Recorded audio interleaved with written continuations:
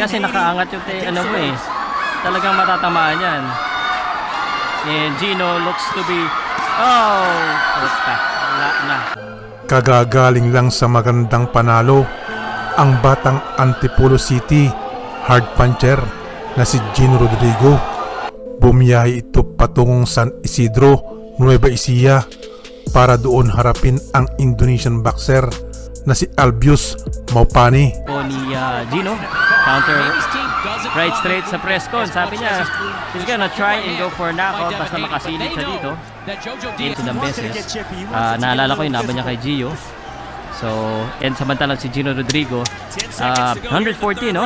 And he's only 26 years old. So, and boxing process. Uy! Yan na nga ba? Heavy left hook. Naku naman. Ready. Pwede sa Amerika itong mga ganito kabibigat. Yung kamay niya, yung left hook niya. Alam na. Delikado to si... Mabigat para masong kamay. Silent B. Silent as hirap. Doon sa suntok na yun, ha? Dahil pangalawa. Naba yun. And Albius sa tenga. Delikado. Si Albius, if he goes down in the third time, you know, the referee could think about stopping this because, man, that power in those hands of Rodrigo. Abot kaya ng second round. Iba yung tunog talaga na suntok eh. Gino Rodrigo, isa talaga to sa pinakamagaling natin dito sa Pilipinas sa kanyang division. And susubok itong Indonesian, gustong bumawi. Dahil alam niya na malakas eh. Malakas yung mga suntok. Uy. Mabilis din. Malakas na, mabilis pa. 10 seconds. Gino Rodrigo. Taga na natin itong pinapanood si Gino, no? Talagang ano, malaking potential nito. Si Maupani. Let's see kung anong gawin dito ni Gino next. Nabibigat eh yung suntok ni Gino. Ano? Indonesian, he needs to come in. Yeah, so Gino could respect him a little bit. Yung kanyang kamay, just like that, Gino kinanteran siya din pero nakataas ang kamay. Kailangan wag niya kakalimutan kasi grabe pala itong sumutok dito si Gino. Ayan, no? Body nag-aabang na. Kaliwa lang yun, ha? Kaliwa. Yan, good counter.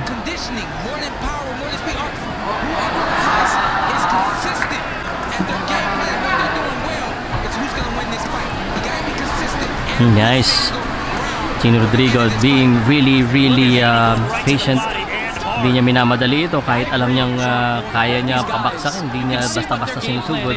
That's ano yan. Ibig sabihin niya talagang develop na rin. Uy! Wala yun. Smart fighter ang tawag dyan. But binilangan. Consistency and laser focus because we're seeing the exact same thing that Devin Haney was doing with Jorge Linares. Linares didn't start. Luging-lugi na si Maupani.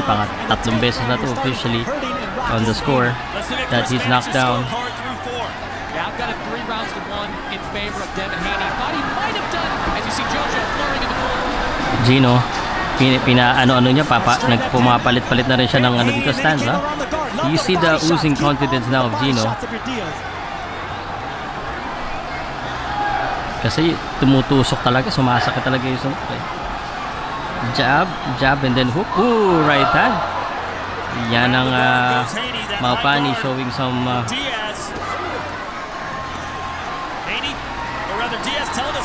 fight here. Good right hand. Depensahan nyo na maayos din ni Gino. It's been a while since I watched Gino. No? Gino has been fighting also outside the country. And I know na talagang ano, no? Yung mga talo nga niya, defeats are... Okay. Oy, right hand na naman. Yes, Gino. Tatayo ko pa ba? 1, 2. This is not a good sign.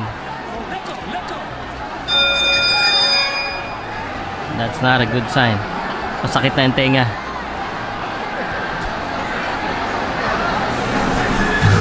Okay, third round. Maupani has been in trouble troubled water. Dito kay Gino Rodrigo has been really dominant and just able to do whatever he wanted.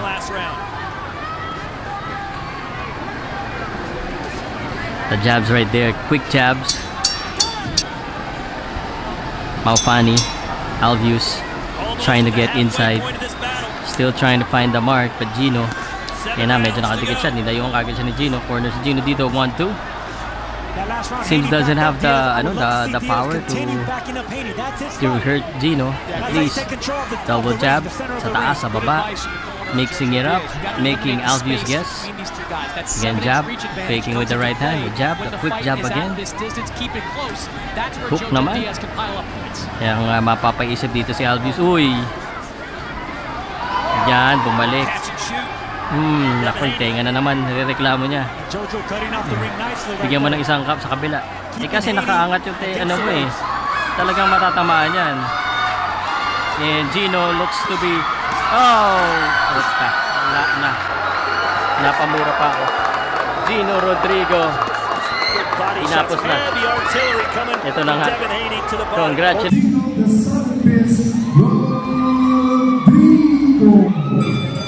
So yan po ang gusto kong i-share sa inyo ngayong araw sa mga kaibigan at kababayan natin dyan sa Pinas, mga boxing fans at sa mga tulad kong OFW, saan man panig sa mundo.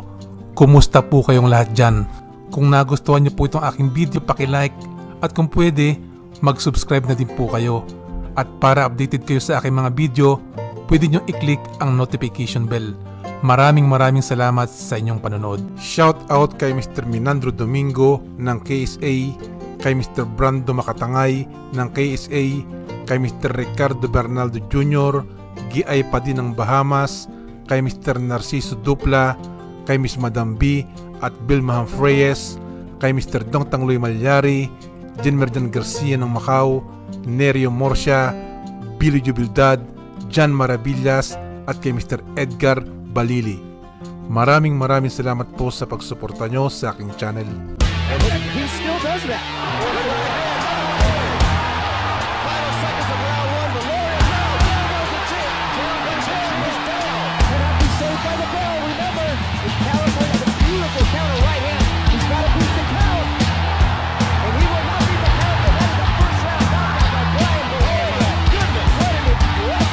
No need to go there. That working well. Down, Darkinian down for the first time. Struggling to get to his feet. In terrible shape. It's all over. It's all over. They talk about approval and sanctioning requirements. It talks about the new commission not sanctioning a fight in which a fighter has suffered 10 consecutive defeats in professional boxing. So if this goes now there right now, and Canelo is still following around.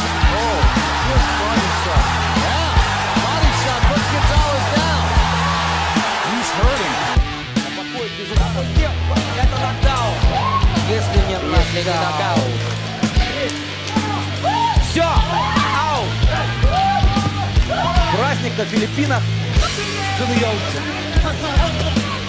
Reeves Joe's been in a lot of close tough fights.